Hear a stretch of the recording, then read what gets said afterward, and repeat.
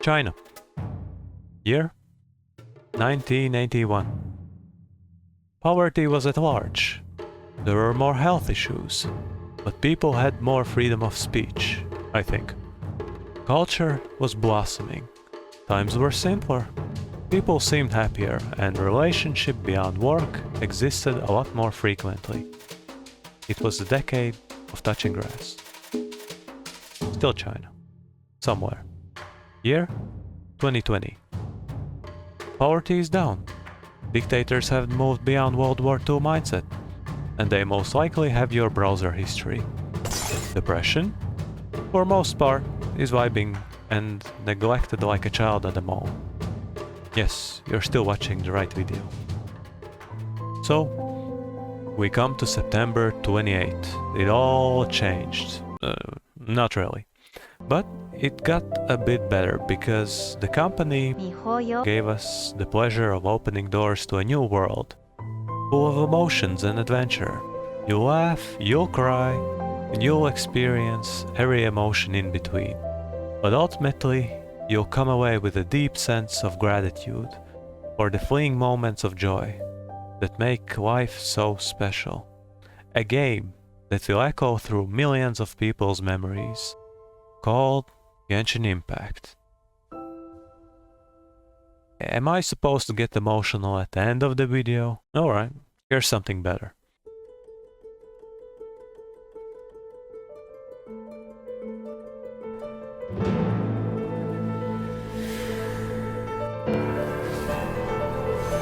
Outlanders, your journey ends here.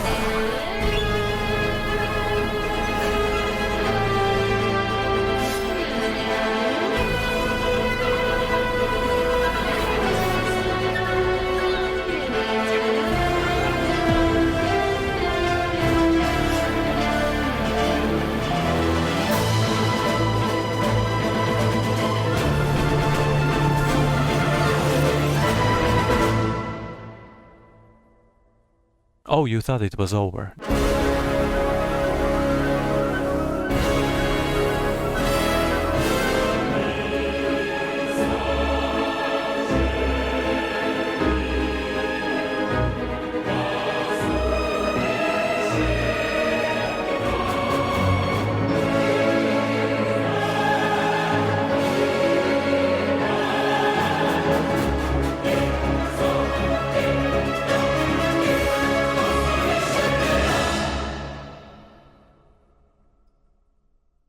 Wait a second, I have heard this bit before.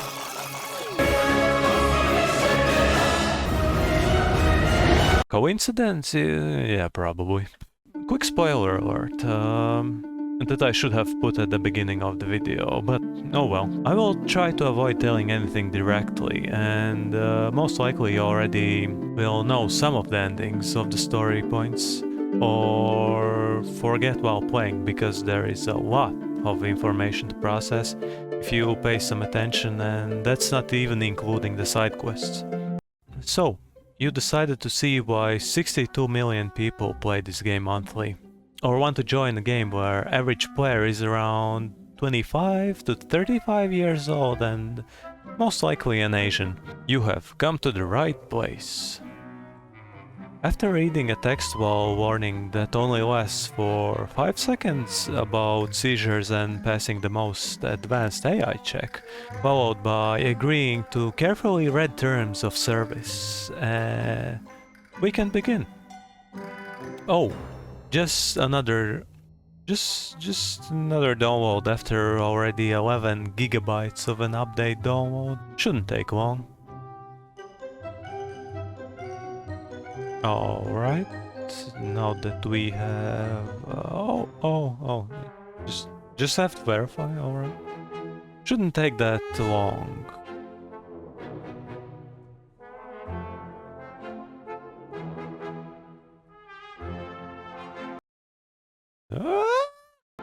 And we finally have arrived at...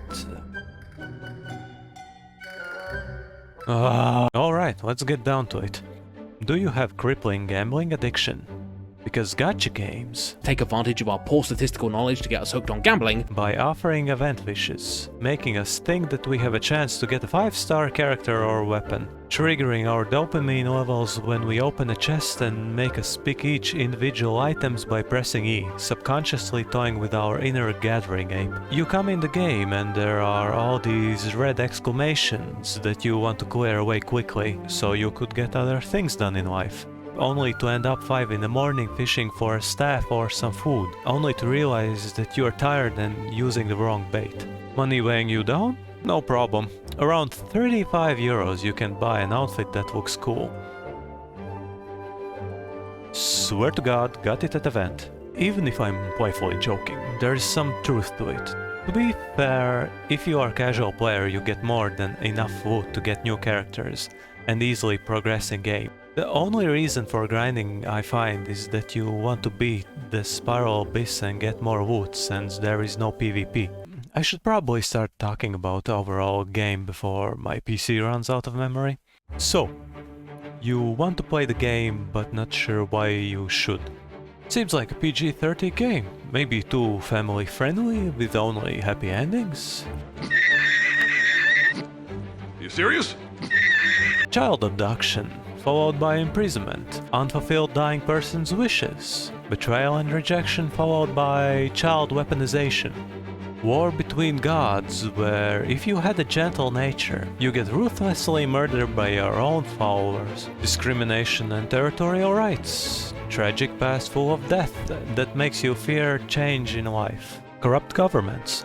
Group of individuals who are unable to die a natural death because of immortality, so their physical bodies and mental states erode to the point of death, leaving them in perpetual agony, and points of a game where your heart gets crushed, leaving you in a state of tears. Half of the population are orphans in this world, and that's only the icing on the top. Even so, surprisingly there are good life lessons and endings that you can mostly cope with. If the stories are good, what about the gameplay itself? Where do I begin? First, when you start you are given this thing called Paimon. Is it edible? No, for the last time, Paimon is not emergency. I wish that was the case. For what god unknown reason our main character forgot how to talk, so Paimon speaks for us. She becomes more likable later, because if something is at your side for long enough and you don't have a choice, you start to tolerate them more. Until then, change to Japanese dub. After you start the world, you can do anything you like. The more you level up, the more exploration is available. Purge wildlife, do an escort mission only to be distracted by something else. Get confused by city's layout so you make your own path by climbing everywhere you want. Go on a boat ride and search for that one person who asked. Beat an NPC slowly to let your frustrations out. Do achievements, do a survey, do a quest. Collect gear with never having the perfect stats you need along with items. That takes a bit of grind, but that's RPG for you. Cook food while doing generator skill checks. Take a picture. Play around with fireworks with no precautions of endangering others. Summon and travel with a pet that doesn't squeak. Getting cold? Go to your own island. Customize it in very limited amount because of mobile players' performance capacity. Do inner interior decoration while you're at it. The more items, the more points earned. Plant food while you're at it, so when you return to the cold lands you won't starve, even if there isn't a hunger bar. Rescue someone who suddenly appeared. Claim a daily or rank reward while also dispatching your team on resource search. Discover new lands, go mining, assault an innocent bystander, solve a puzzle, give up on it, hit the guy off of a cliff, and if he spawns back, next time follow him to make sure he doesn't return. Get one-shotted by a boss only to eat either dinner or breakfast and be fine again. Solve another puzzle, and the list goes on and on.